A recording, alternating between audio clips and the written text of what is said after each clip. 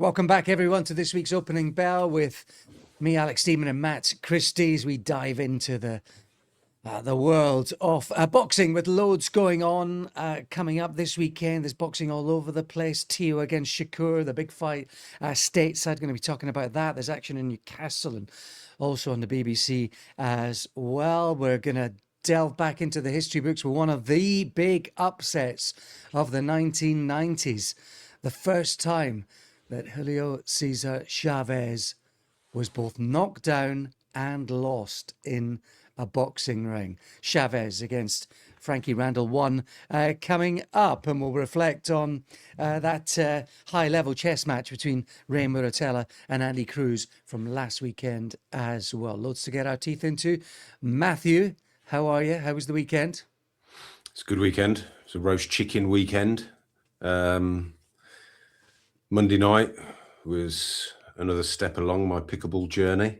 I would imagine that people that listen to this podcast regularly have been yearning for a pickleball update because I haven't given one for a while. I'd just like to announce I'm now performing in Sussex Division 2 in the men's doubles league. And last night I lost 3 games out of 3 in my second fixture in that league. But it's all a learning experience. I thoroughly enjoyed it. I don't kind of feel the intense pressure that I used to. I've subsequently realised there's an awful lot more things to worry about than whether you win or lose a pickleball game.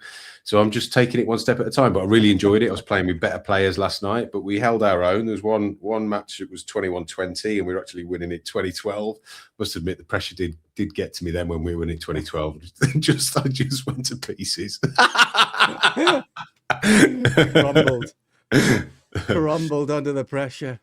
Oh, fantastic. Do you know what? With all sport, it doesn't matter when I'm just having a kick around or whether I'm playing competitively.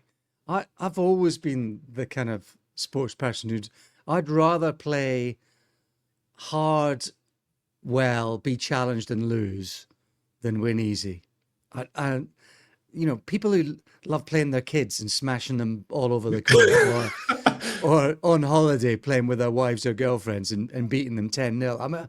I just don't understand it. I've never got that. I've never got it. I'd rather play someone better than me who beats me but pushes me to my limit in defeat. I'd much rather that than win easy. Winning in that way means absolutely nothing to me. And yet there are all sorts of nutballs who win at any cost. I just don't really understand it. I beat Emily at the crossbar challenge a couple of weeks ago, 3-2. And do you know what though? That's different to what you're describing. Emily has long overtaken me in terms of footballing ability, but I was very pleased to beat a 3-2 in the crossbar challenge down the park the other week. He's one of those nutballs, folks.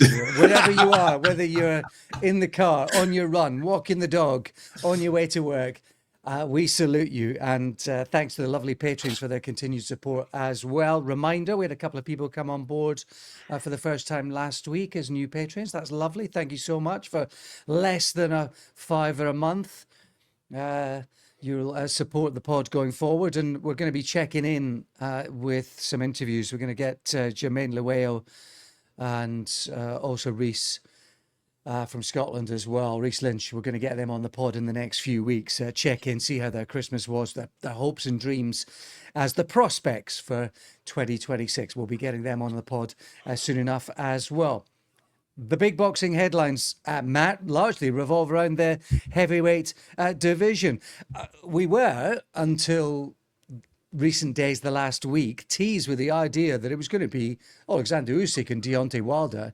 Now, apparently, it's Derek Chisora in London in the spring. Does this speak of perhaps news lines seeping out that aren't necessarily news lines, Matt, and maybe many of us jumping the gun or fans being led down one particular path? Or does it speak of the fast-paced, ever-changing landscape of the boxing world?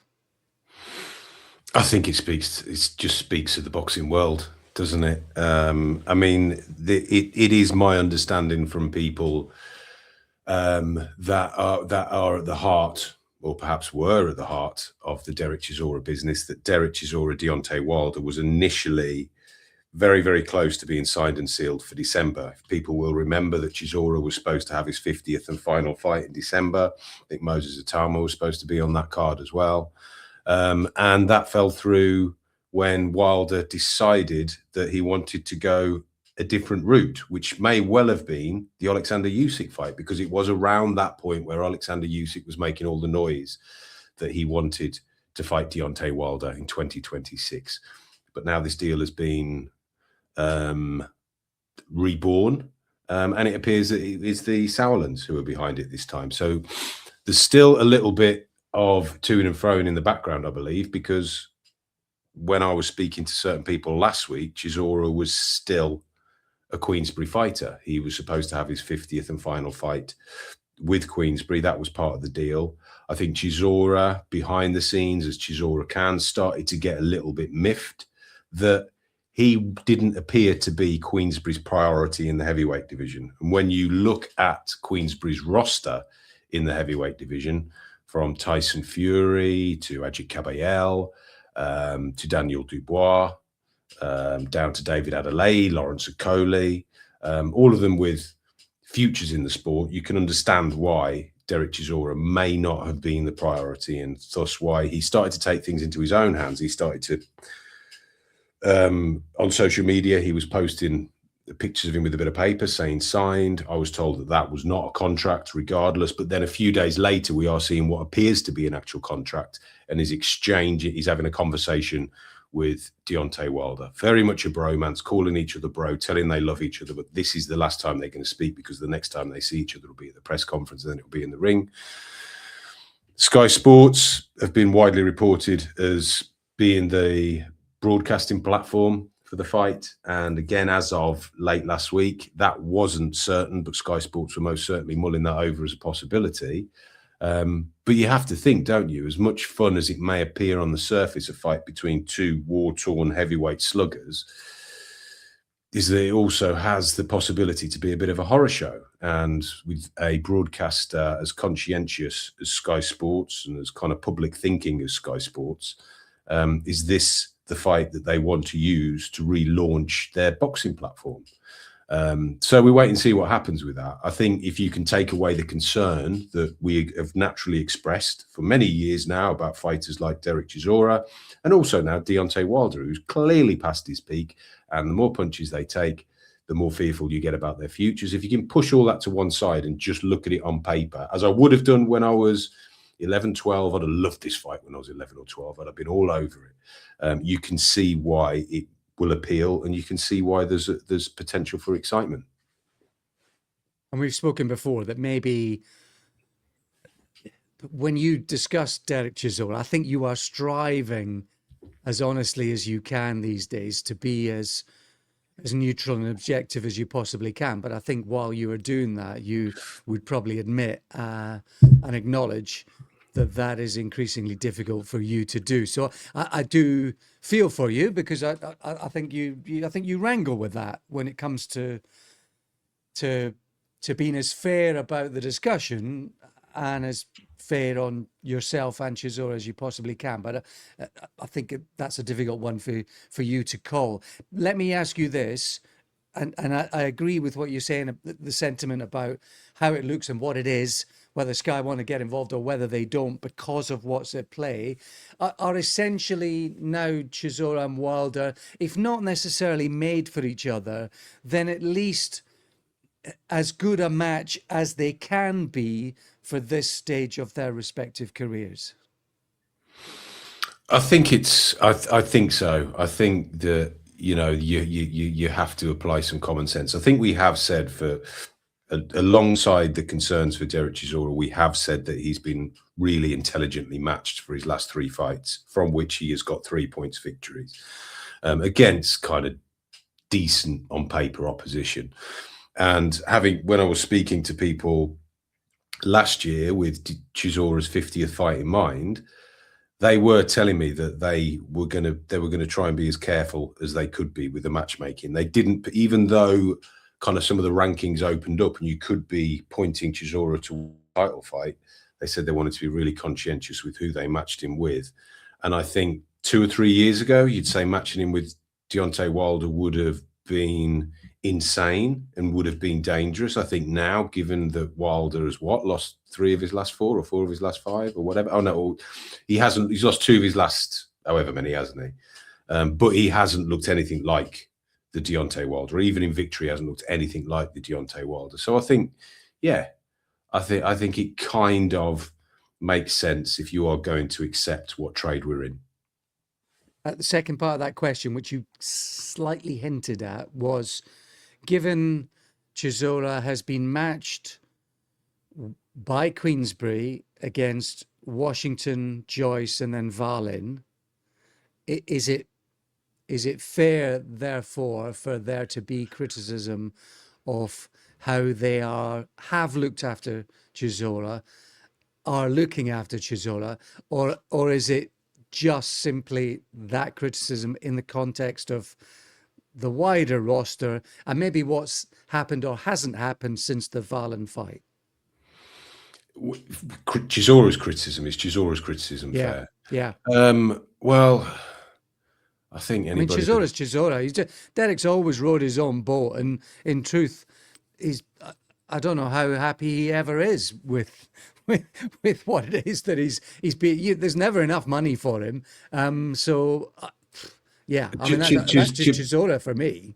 Chisora is one of the most unpredictable, volatile, lovable creatures I've ever met. In all honesty, he can throw his arms around you one day and then act like he's never met you the next.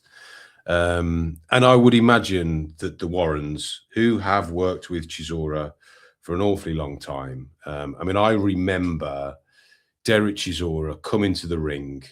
I think it was for his second fight with Sam Sexton in 2010 or 2011. And he came in, it was one of the first times he had his bandana on. He had his bandana kind of all around his face. And he just looked, at the time, he looked a little bit ridiculous. And you got Dean Powell lead, and Dean Powell just looks over at me and just rolls his eyes. And it's just constantly trying to deal with Chisora. So interestingly, though, after that period with Frank Warren, he then went off to the Sauerlands, and he had that slightly obscure period in his career about 2015, 2016, when he was fighting, I think, Kubrat Pulev for the first time. I think he fought Ajit Kabayal as well. People forget that. And he ended up going to back to Eddie Hearn. Now he's back to Frank Warren. The Warrens have been dealing with him for what, about 2 years now. And I would imagine that there's a part of them that's glad that it's all over. And I can empathise with that as well. Trying to manage and keep Derek Chisora happy, whilst also essentially trying to keep him as safe as possible. I always found it troublesome when Frank Warren, there's clips of Frank Warren in about 2019 or whatever, or 2018, saying Chisora shot to bits, he shouldn't be allowed anywhere near a boxing ring. And then he made the fight, the third fight with Tyson Fury. Yeah. That will always stick in the throat for me when people are making out that they're doing the best for the fighters and they're looking out for the fighters. But ultimately, I guess the bottom line here, which is something that I long ago came to terms with, is that Derek Chisora is a grown man who wants to fight, and that's all he wants to do. And he's proved that he can still do it at a fairly decent level. And if that's what he wants to do in the here and now, who can stop him, really, as long as he's passing all the tests that he needs to? And also, let's not forget this, from a promoter's point of view, he still puts a lot of bums on seats. He still generates an awful lot of attention. So I can understand it. I can understand it all. But I think this is probably the end now of the Queensberry and Chisora journey.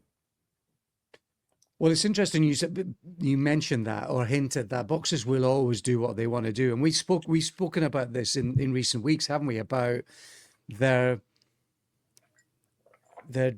deep-seated love and association with the sport, and how that ultimately can blind them in terms of what is the right thing to do, when's the right time to walk away, is there ever a good time to come back? All of those things that we've spoken about, punctuating this podcast again and again and again.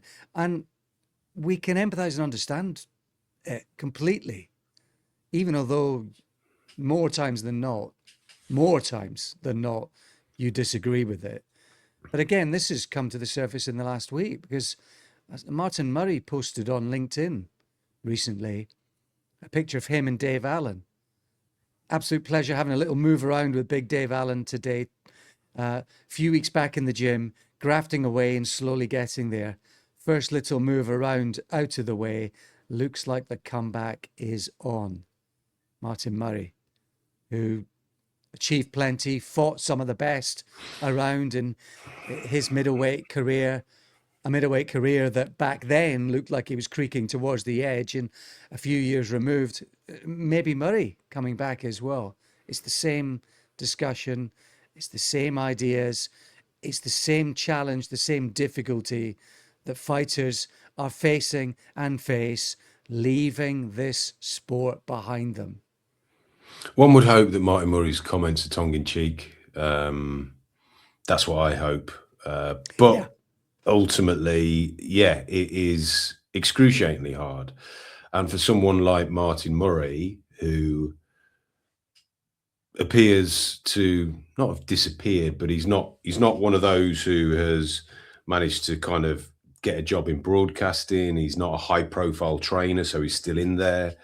And if he is in the gym and he's moving around and he feels good, and this is the thing, Tris Dixon will tell you a story about Matthew Saad Muhammad. When Matthew Saad Muhammad his career had finished and he was barely recognizable at the end of his career than the guy at his peak. And he was just chasing paycheck after paycheck after paycheck, getting horrible beatings when he shouldn't have been able to fight. Tris tells you that he could communicate with you, but he was clearly brain damaged. Yet you would then all of a sudden watch him hit a heavy bag and you would go, actually, he could probably have a fight. They can con themselves into believing that the break has done them good. They can con themselves into believing that they can regain what they used to be. And the difficulty with time is that it does allow you to ignore or choose to forget how you felt that last time when you were in the ring, when you knew full well that any notion of getting better or any notion of sustaining that form was a falsehood. And there's always a reason why a boxer will retire, but give them a bit of time out the ring and they start to forget those reasons and purely remember what they were when they started. And yeah, it must be incredibly difficult. And it's not just boxing; it's sport, isn't it? It is. It's sport. It's a brutal goodbye, and you can understand, given how brutal that goodbye is, why people just want to say hello to what they love again, because that's the thing that defines them. Yeah, in their mind and maybe in the eyes of others, but ultimately, we're all human beings and you have self-worth anyway. Outside of that, essentially, that should be at the heart of it. But yeah, let's hope that was just a little exercise and a guy who's a solid, sound fella, Martin Murray, with good, down to earth, fairly normal person with beyond normal abilities and mindsets. Ravaged by injury a bit towards the end of his career, so maybe felt to an extent that career was slightly taken away from him. But let's hope that was tongue-in-cheek, and actually that is not a serious suggestion. But we'll see about that. It wouldn't be a surprise, would it, given what we've spoken about before? But we'll see about that.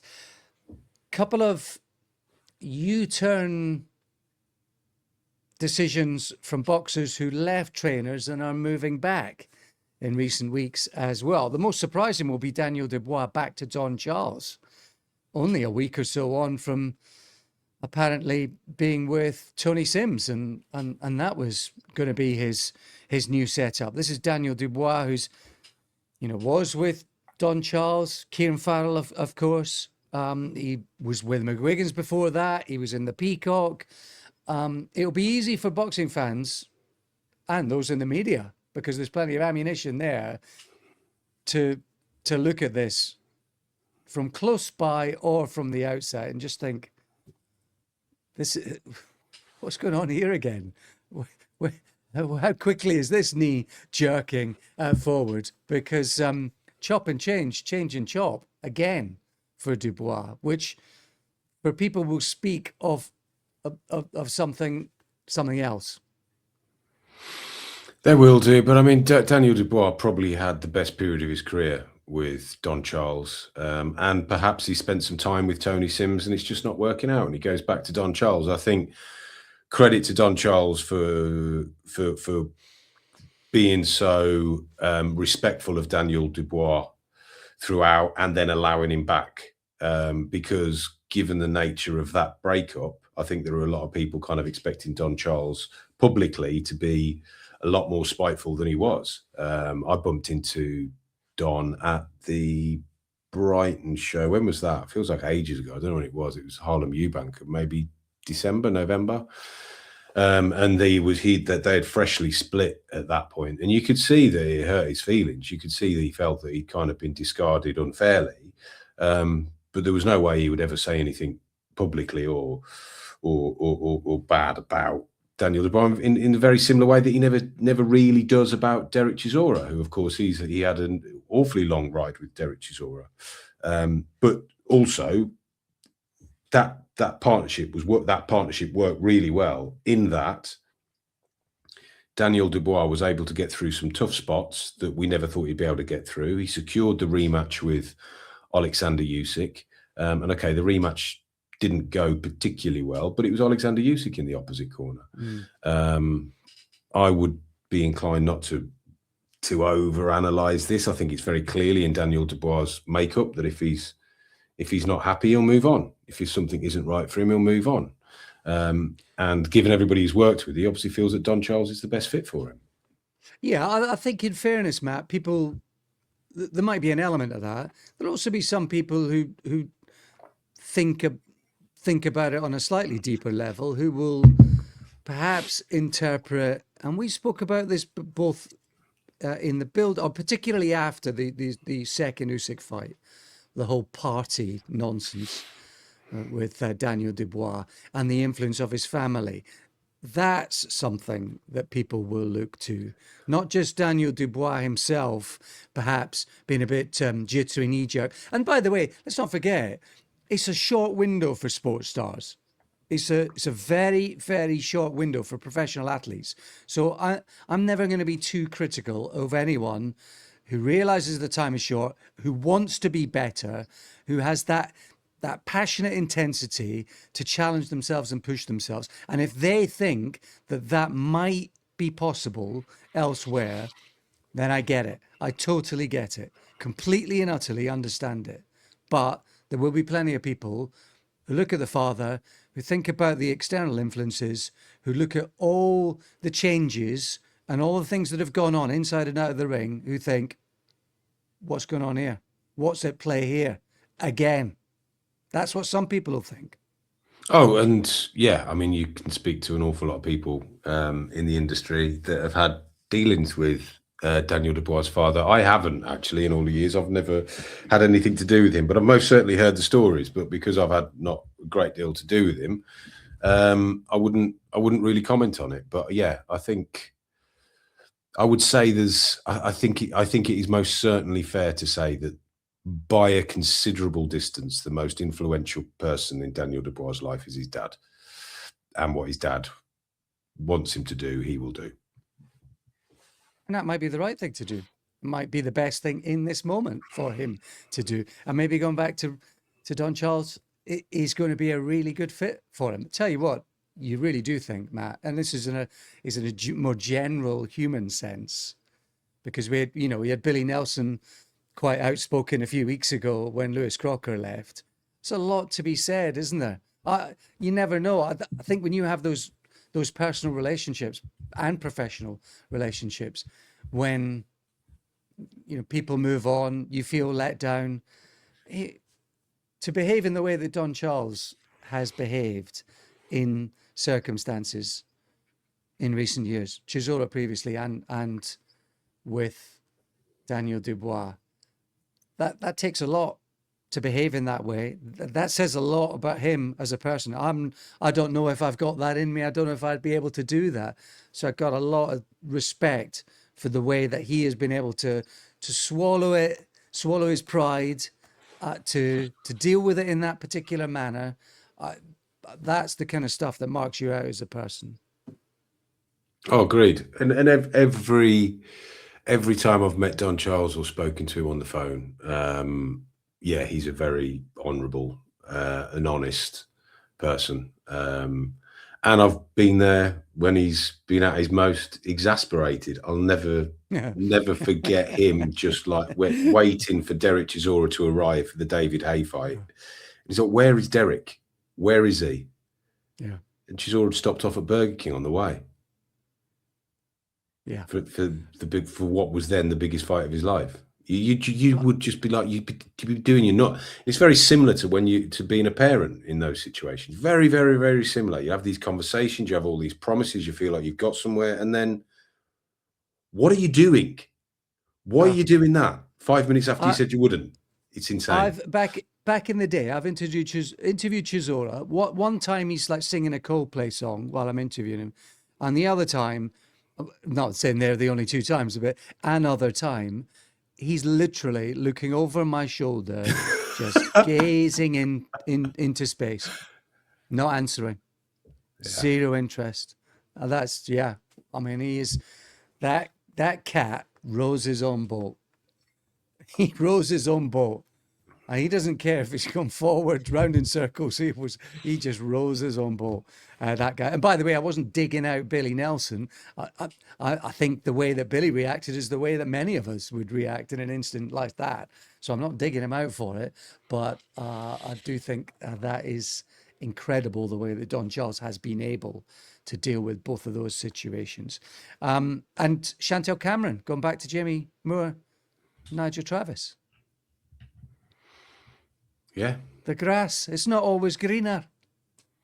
It's not. I mean, Chantel Cameron, she went to Grant Smith. I think she went to Grant Smith, and then she spent some time with Stephen Smith as well. And now she's decided to go back to Jamie Moore. Apparently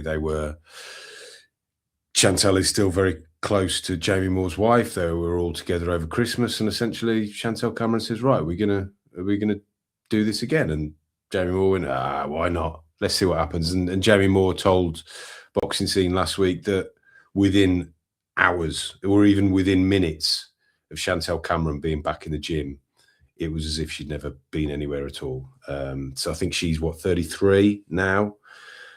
And one would think that she's probably got one or two big fights if the team can secure it for her.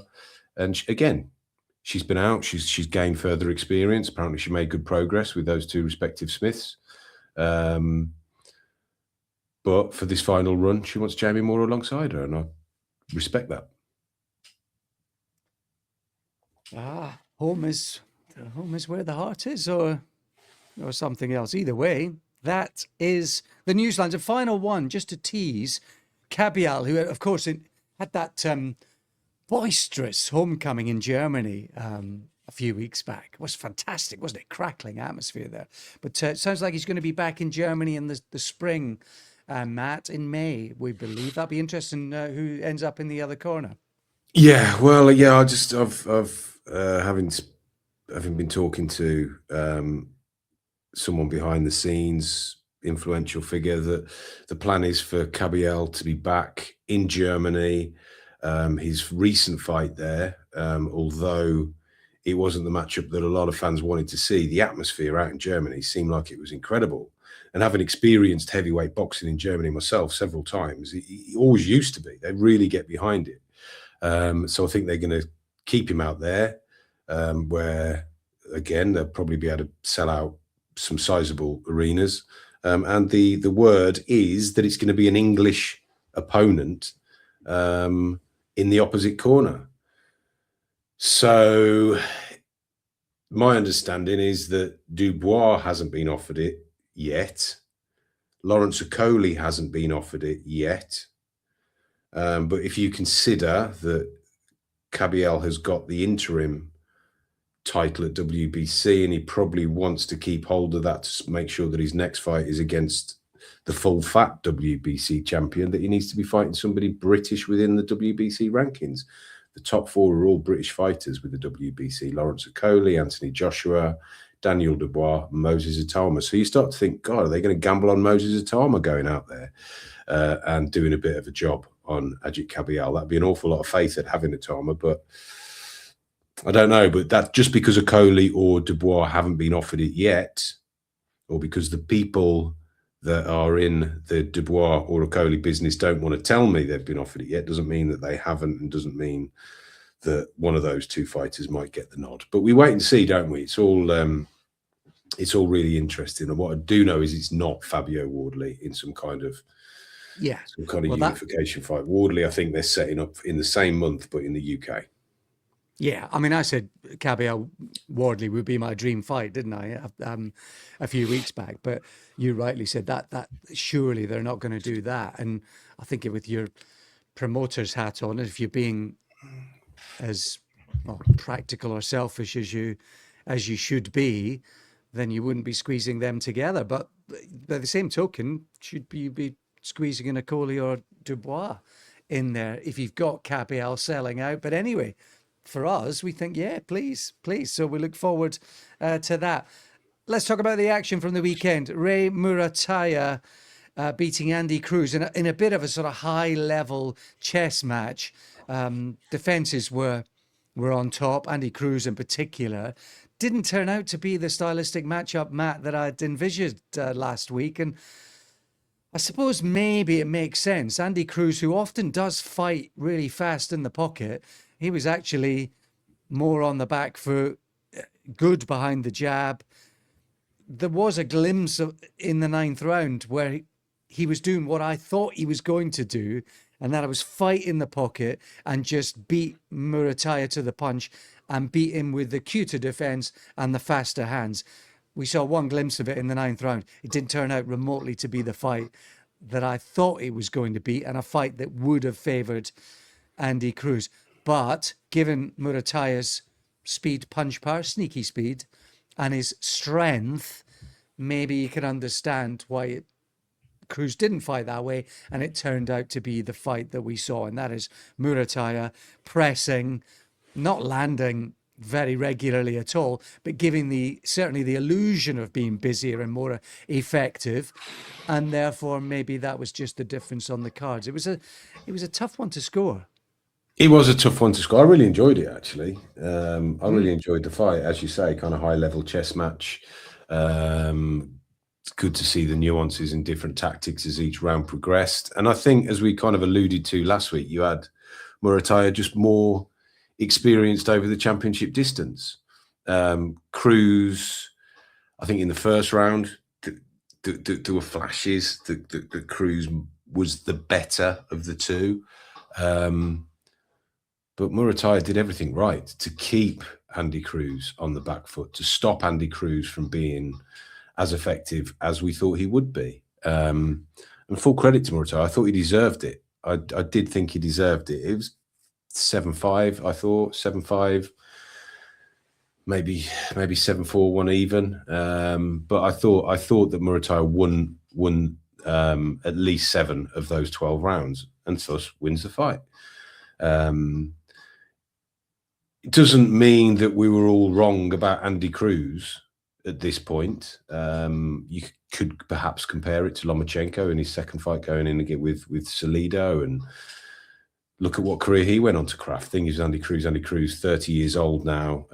He was obviously, well, whether he really believed he'd won the fight. I know he did the whole dive onto the floor in disbelief at the end when the scorecards were read out. But ultimately, I think with the backing of Eddie Hearn, that he should now get another opportunity. And I think if there was a rematch, and I don't think there's going to be any real desire for a rematch, but I think you could start to make a case for what Andy Cruz would need to do to win that rematch. And I think Eric Raskin wrote a column for Boxing Scene last week, which was headlined something along the lines of Murataya versus Cruz is a terrific matchup, but there is only one winner. and Raskin goes on, and he had spent time in what I've called the preview laboratory, and he had spent a long time watching footage of both of them, and he couldn't see how there would be any other outcome but Cruz winning that fight. So he's had to eat humble pie, and there's a column going live today on the site actually where he addresses that. But you could completely see from watching what Andy Cruz does at his best to what Murataya has shown us that you'd be like, yeah, Andy Cruz just looks a little bit better in every department. But ultimately, Murataya got the job done, and I do think it speaks to the fact that he's more advanced in his career, the fact that he negotiated 12-round distance before. And I suppose with hindsight, it was always a big ask for Andy Cruz to go in and win that in his 6th professional fight.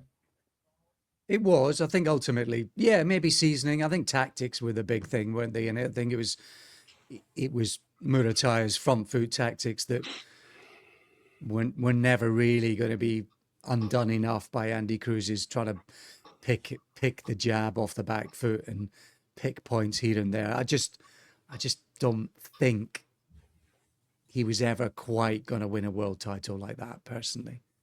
I think he was nicking and nicking. He wasn't really ever looking like what he was going to do would take any kind of control of that fight.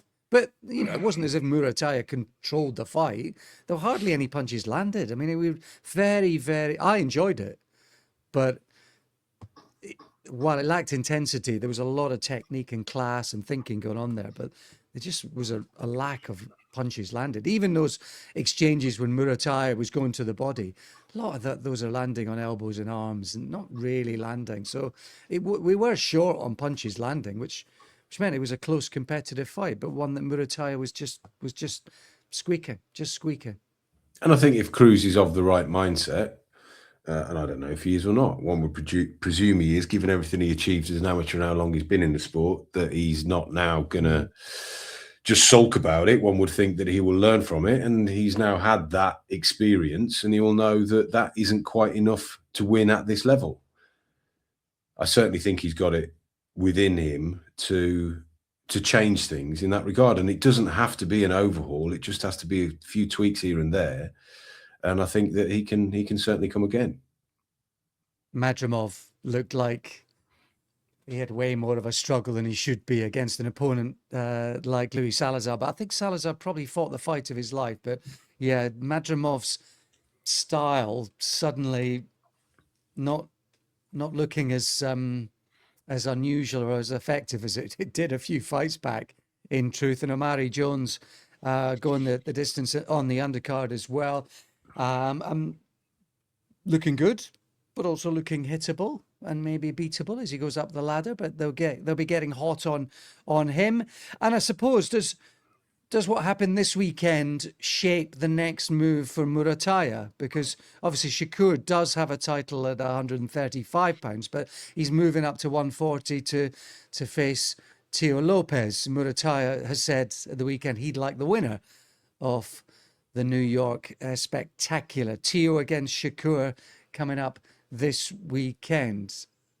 I suppose, will the real Teo Lopez please stand up, Matt? Because I feel that sort of Josh Taylor version, which was terrific, by the way, that seems a long while ago.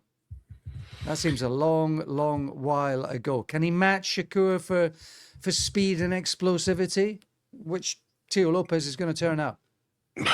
One would hope that it will be the Teo Lopez that has wowed us against Lomachenko and against Josh Taylor. One would think that a fight like this against someone like Stevenson, within boxing circles is hotly anticipated, even though I've barely seen any noise about it outside of the boxing hardcore.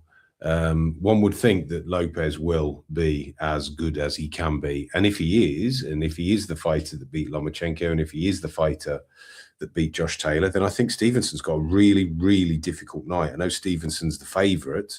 And incidentally, going back to your point about the lightweight, Stevenson, I think this week has said that he's going to beat Teo Lopez. And if there isn't a big fight that materialises quickly for him in the junior welterweight division, he's going to head straight back down to lightweight. So we'll see. And is that a nod as well that perhaps he might find the junior welterweight division a bit too big?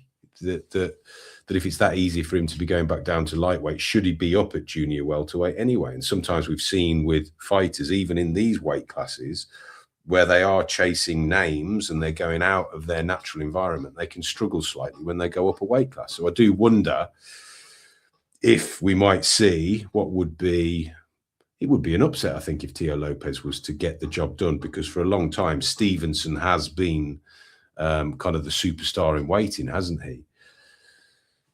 And I think that even though I really liked Stevenson's approach against Segura in his last fight, I think that Lopez should be encouraged by the successes that Segura did manage to have against someone like Stevenson.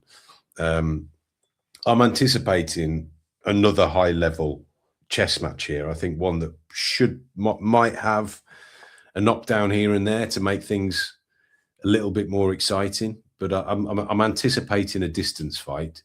And as we speak now, I'm still struggling to pick a winner. I think you have to lean with Stevenson. I think he has been more consistent. I think he has exhibited more tricks, more versatile tools.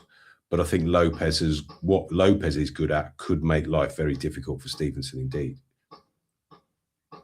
Yeah, I would. It might be similar to last week in so much as we were leaning towards Andy Cruz, but we thought Murtazaliev was live and might be the bet. And I suppose it's a similar scenario because the betting's really lopsided. 2-7 Shakur. I mean, he's 4-9 to win on points, for goodness sake, and that's understandable with so many of he's got 7 12-rounders in his career, hasn't he? Over the last few years, Shakur, and Teo's gone the distance each of the last 4. So you can see why the total rounds are high and a distance fight seems the likely. Teo does have that explosive punching power. So if anyone's going to trouble anyone, you'd think it would be Teo over Shakur. He's got a right good chance, Lopez, but he's been a bit underwhelming recently. And Shakur's footwork is so good. His ring intelligence so clever. What you've got to be able to do with him, Matt, is just get him to step into that little zone. See, he likes to lean back, invite you in himself, and then counter. So you've got to kind of beat him at his own game and set those traps. But I'm just not really convinced Lopez, and what we've seen recently is quite good enough right here, right now to do it. No, and it's difficult, isn't it? Because there's the cliche, isn't it? You're only as good as your last fight. And his last fight, although I thought he deserved to beat Arnold Barboza Jr., no question about it, he didn't really set the world on fire. He again seemed to show some shortcomings. But then you also look at, like, as I've said, there's 2 opponents that he's had that you would kind of put above all the others. Lomachenko well above them, and then I think Josh Taylor, and I think we have to put Josh Taylor in that. We have to be respectful to Josh Taylor's achievements, given that he cleaned up the division. And Lopez greatly surprised us. And when you see fighters like that kind of that almost save themselves for the biggest occasions and the best opponents, you shouldn't write them off, because he will feel that Stevenson is probably his biggest challenge to this point. And you could see another supersonic performance from Teo Lopez at the weekend. Yeah, it's a good point. That is a good point. I tell you what, when you look at Keyshawn Davis, I know that some people are getting really uber excited about him, and I can understand why. But actually, he's been matched. He's been matched, doesn't he? Quickly. The last few fights. I know he had the problem at doing the way to lightweight, had to defend his title, but so he's moving up to 140. Ortiz, who's only lost to decision. Ortiz. So again, it's another on paper jump up for Keyshawn Davis. He's heavy favourite to win that. And maybe the fight of the weekend could be Adamez against Austin Williams, Matt, on that card. Yeah, that's a good fight, isn't it? Be really interested to see what Amo Williams looks like. Because of course he was the unbeaten prospect on the way up. He's now encountered defeat, but I think Adamez, I suspect, is a fairly healthy favourite. Yes. But I think Williams's style could pose some serious questions to Adamez at the weekend. Yeah, Williams is just over 3-1 to win that one. It could be one of those fights where Williams wins most rounds, is ahead going down the stretch, but Adamez is coming after him, and it's just a question of whether Adamez can trouble him enough en route to the end to maybe catch up with him late on. So I think, yeah, Williams to win that on points, or maybe betting and running Williams and then laying him off in running, that might be a way to play that particular fight, because I think he could give Adamez a lot of bother there through various rounds. So I'm quite interested in that one as a fight, but also as a betting opportunity. And elsewhere, Bill in Newcastle. I mean, obviously Adam Azim got injured, didn't he? Which means that Fran Hennessy now is normally top of the bill in that BBC Two Copper Box show. So another great opportunity for Fran Hennessy there. Not the showcase that Boxer and Ben Shalom are looking for on the BBC, and probably not really the showcases that boxing fans are looking for either, but great opportunity for Fran Hennessy. And up in Newcastle, because now the Adam Azim's off, it takes some of the spotlight now and shines it on Josh Kelly, who's fighting against Bakhram Murtazaliev, who's a long favourite for that one. Josh Padley fighting for the European title at super featherweight as well. So there's plenty going on, Matt, domestically in terms of TV coverage. The Josh Kelly Murtazaliev fight really interests me. I can understand why Josh Kelly's a really pretty wide underdog there. But we all know, don't we? And we've all seen it for so long how good Josh Kelly can be. We also know how he has struggled psychologically behind the scenes for self-belief. But if he's right, and if he is as good as he can be, I think it's an interesting fight. I'm not going to pick him to win, unfortunately. I'm not. But you also wonder if Murtazaliev has been a little bit overrated in recent years. You wonder if some of his results, particularly if you just scan down on paper, have flattered to deceive a little bit. So Kelly's got a chance here, but I don't think he's quite going to go over the line. I'd love him to, but I don't think he's going to. What about you? Yeah, I think you can't get away from what happened in that Avanesian fight, can you? You just and then you think about Kelly's struggles. Mentality in boxing is so important, and there's no hiding place there. I think he's got those fast twitch. He'll look so good in spells, won't he, Kelly? And he might be like Austin Williams. He might well be leading this at times in a canter through rounds and rounds and rounds. It could be that he gets into a rhythm and he builds up a lead. It could be, but I think you just remember that Avanesian fight, and you just remember Avanesian being too good, too strong, too tough, hit too hard, keep coming, and eventually there's no hiding place. And you fear that's the case, don't you? You do. As much as Murtazaliev might not be the big punching monster that the Tim Tszyu victory suggests.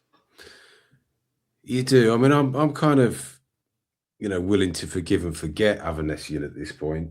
I do know that there were things going on behind the scenes leading up to that fight, and we have seen boxers kind of fall at a hurdle we thought they would clear and then go on to clear an even bigger one in the future. Kelly as well is older now. And sometimes things that trouble you when you're a little bit younger, you realize that maybe they're not just worth worrying about quite so much as I used to. Yeah. Also realize that if he doesn't turn in any, if it's another performance like that, that's the end for him, really. That's the end for his ambitions. So that again is another incentive. And I don't want to say it's anything like James Buster Douglas versus Mike Tyson or anything like that, but you remember these fights where people are going in and they're saying, well, Douglas quit against Tony Tucker. He hasn't got the minerals. He hasn't got it. And then just on a night, all of a sudden, everything can just come together and you produce the perfect performance. So I'm loath to write Josh Kelly off completely, but I'd be pleasantly surprised if he won. You need to channel a bit of your Hatton against Costas, or your Dalton Smith against Subriel Mateus. I just think boxing fans wonder if Josh Kelly has that particular ingredient or characteristic in him. What I would say, however, is that the Troy Williamson fight was one of those that could have gone the other way. And you've seen what Williamson, up in weight, admittedly, has gone on to do, but is been really competitive and beating Ishmael Davis. Is that good enough to beat Murtazaliev? Probably not. But I think something else to consider is that when Josh Kelly was at his most underwhelming, and you saw clues before the loss to Avanesyan. I remember he was on the Anthony Joshua, Andy Ruiz 1 undercard out in New York, and he really struggled with Ray Robinson, the new Ray Robinson. He was a decent fighter, don't get me wrong, but I think that was a vehicle for Josh Kelly to look good out in America, showcase everything, and he was struggling. And I think he was quite lucky to get a draw in the end of that fight. But things are different now for Josh Kelly. You know, there was hype around Josh Kelly. People that had seen him as an amateur, people that had seen him in his early days as a professional, they'd seen all the panache, they'd seen the very obvious flashes of incredible potential. We'd heard Adam Booth say he'd never worked with a fighter as talented as Josh Kelly. So the expectations are through the roof. And sometimes when you're carrying around those expectations, it just weighs so heavily on your shoulders. Now, nobody's really expecting him to win with any degree of confidence apart from those within the Josh Kelly camp. And that can just feel a little bit like a weight is lifted. And that desire to prove people wrong, as opposed to that pressure to prove them right, I think can manifest itself in a very different way in a boxing ring. So we'll see. We'll see this weekend. I'm really, really interested and looking forward to seeing it.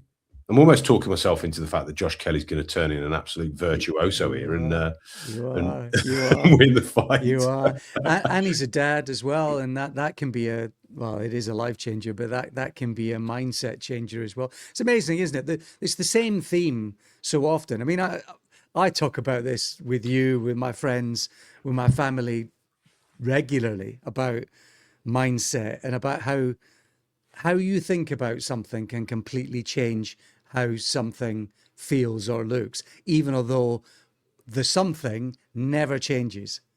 So you might have a problem in your life, you might have a difficulty, and how you think about that can completely change how you feel and how you approach it. And that's the key to get to that. How you think about it is the key to it all. And that's the key for someone like Josh Kelly. It is absolutely the key for Josh Kelly. He might not be a better fighter, but he might feel like one. He might.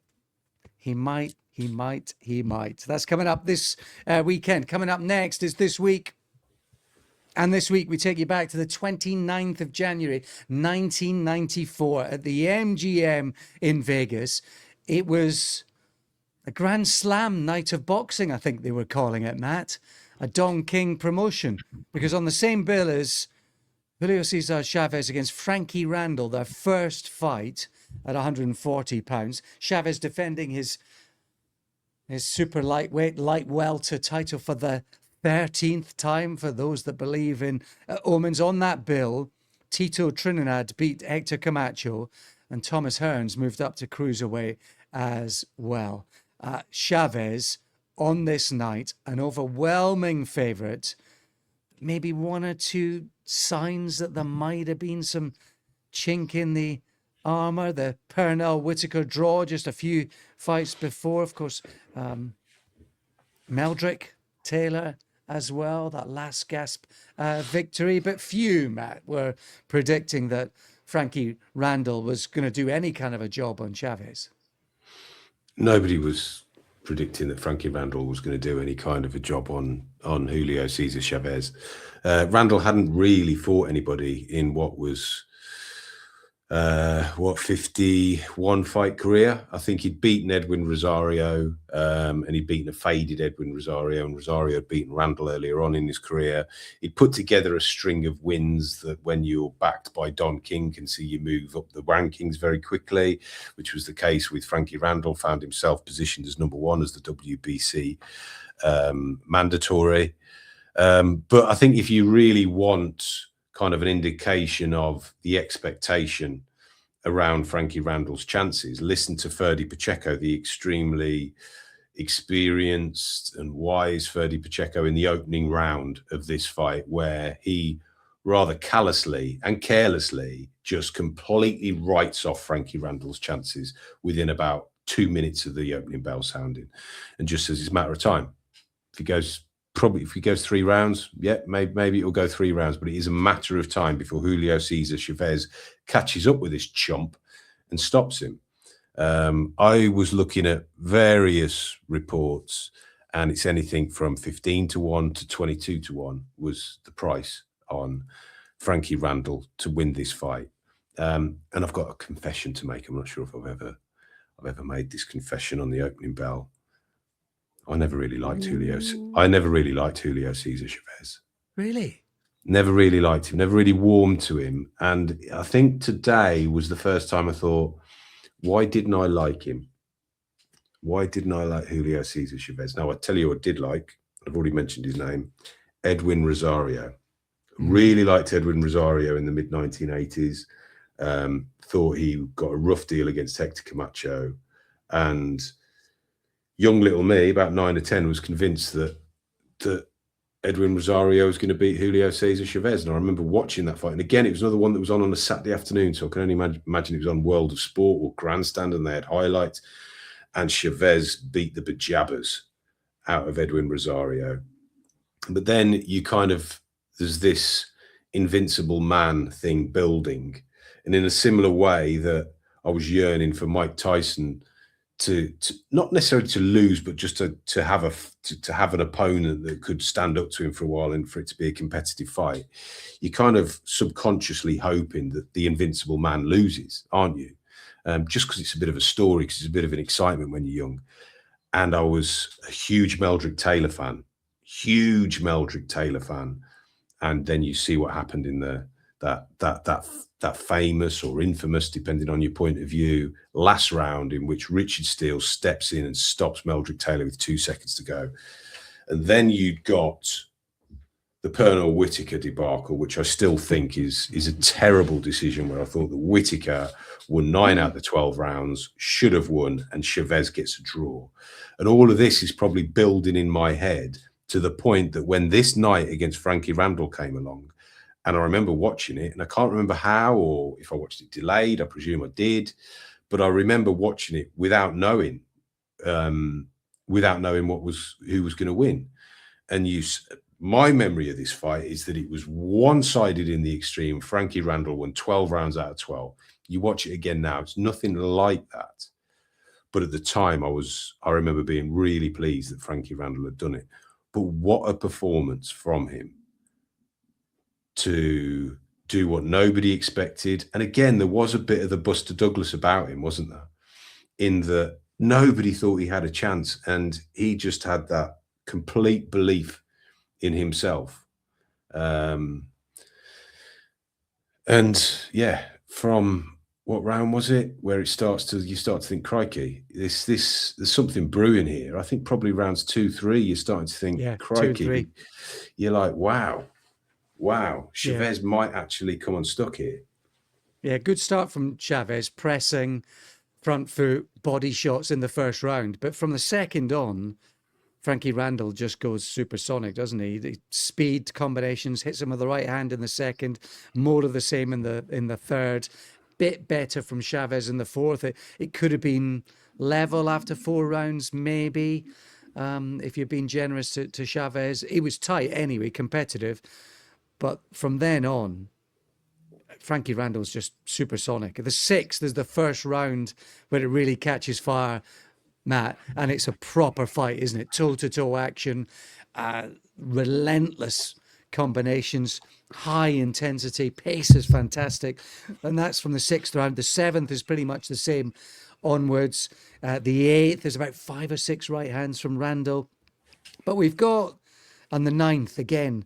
I mean, those rounds from sort of 6, 7, 8, 9, 10, they're just supersonic, explosive rounds.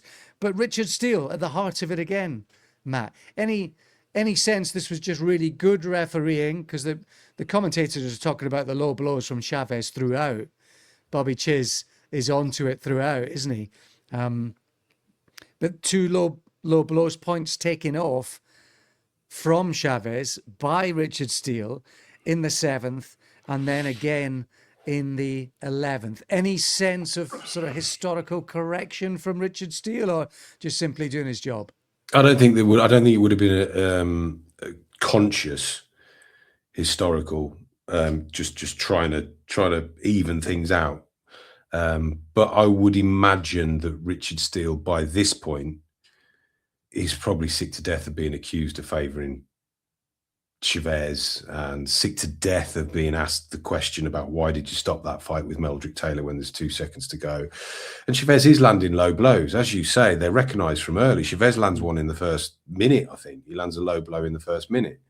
And the low blows that he gets penalised for are very obvious low blows. And it's not like they were the only ones that he was throwing. But I think the difference here is that Chavez had got used to with pretty much having his own way in a boxing ring, having his own way with officials, being the powerful kind of fighter that everybody expected to win, and he just found it most troubling, didn't he? That on this occasion, the referee was not necessarily siding with Frankie Randall, but was punishing Julio Cesar Chavez for those fouls. Richard Steele simply said afterwards, go back and look at the tape. Just go back and look at the tape. I haven't got anything else to say on it. Go back and look at the tape. Yeah. Yeah, fair enough. Fair enough.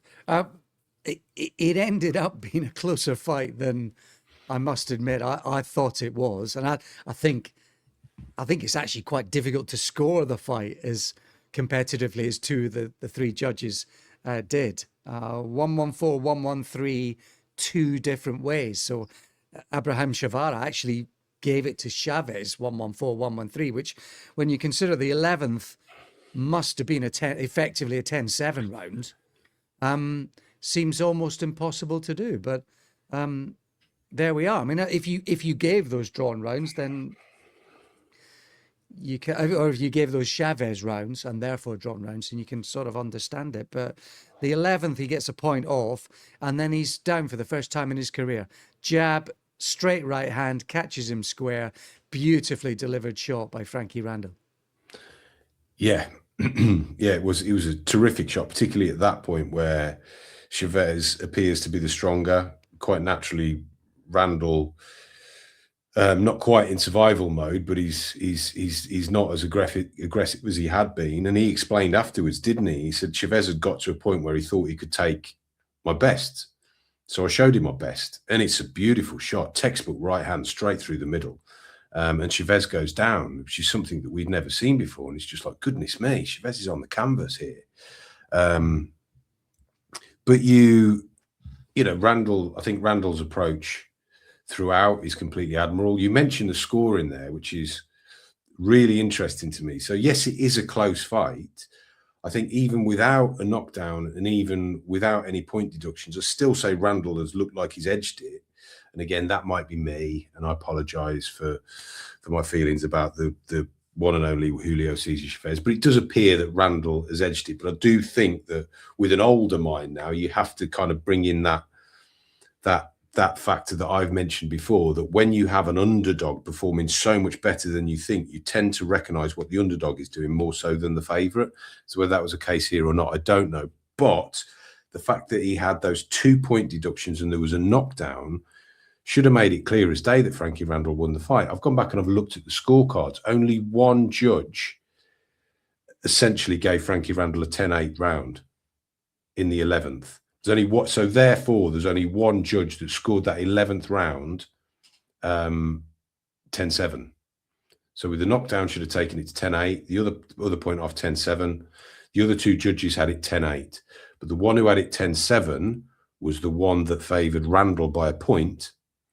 So I know all of the chatter afterwards was that it was the point deduction that won Randall the fight. But I think that might be the half glass empty view. If you want to do your glass half full view, Randall won that fight by knocking Chavez down.